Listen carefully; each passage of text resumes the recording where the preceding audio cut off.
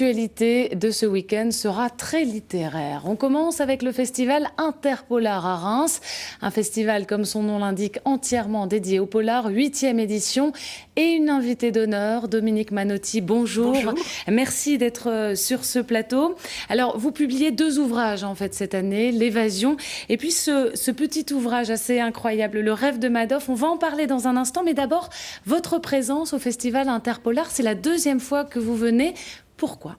Écoutez, c'est un festival extrêmement convivial et c'est très agréable de se retrouver, d'avoir le temps de discuter avec les lecteurs. Je suis également allée ce matin dans un lycée, j'ai rencontré les étudiants.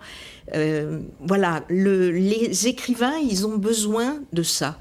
Ils ont besoin de temps à autre de sortir de cette espèce d'enfermement devant leur page ou leur ordinateur et de pouvoir discuter de ce qu'ils font avec les gens qui les lisent. Et à Reims, c'est magnifique. Vous parlez de moments conviviaux, pourtant les thèmes abordés par le polar sont assez sombre généralement. Ah ben c'est sombre, mais on peut être convivial dans le sombre. Heureusement, parce que par les temps qui courent, si on n'arrivait pas à être convivial dans le sombre, qu'est-ce qu'on ferait ? Effectivement. On parle simplement de la période telle qu'on la vit. Hein. Et précisément, vous écrivez des polars qui sont toujours inscrits dans un contexte économique. En période de crise, on peut dire que vous êtes un auteur dans l'air du temps ? Ah, je crois, en période de crise, je crois que non seulement moi, mais en fait, c'est tout le roman noir qui est dans l'air du temps. Je pense que c'est la littérature du XXIe siècle naissant, incontestablement. Et vous êtes l'auteur du rêve de Madoff, j'en parlais en début d'interview. Le rêve de Madoff, du nom de ce célèbre fraudeur américain condamné à 150 ans de prison.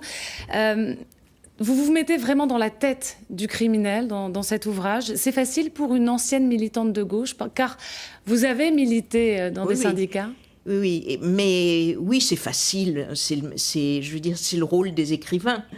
On n'écrit pas, enfin moi en tout cas, j'écris pas sur moi. Comment vous le voyez ce personnage ? On le voit là à l'image. Et comment je le vois ? Je le vois comme un héros américain.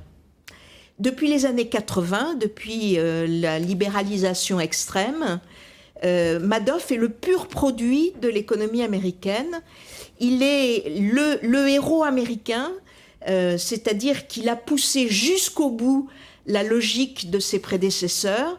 Et cette logique, c'est faire beaucoup d'argent très vite par n'importe quel moyen. Et précisément, un petit extrait rapidement, je tablais sur 2 ans de prison. On est dans sa peau, comme dans la jurisprudence des années 80, je pris 150 ans, ce fut un tremblement de terre, rien à voir avec une quelconque justice.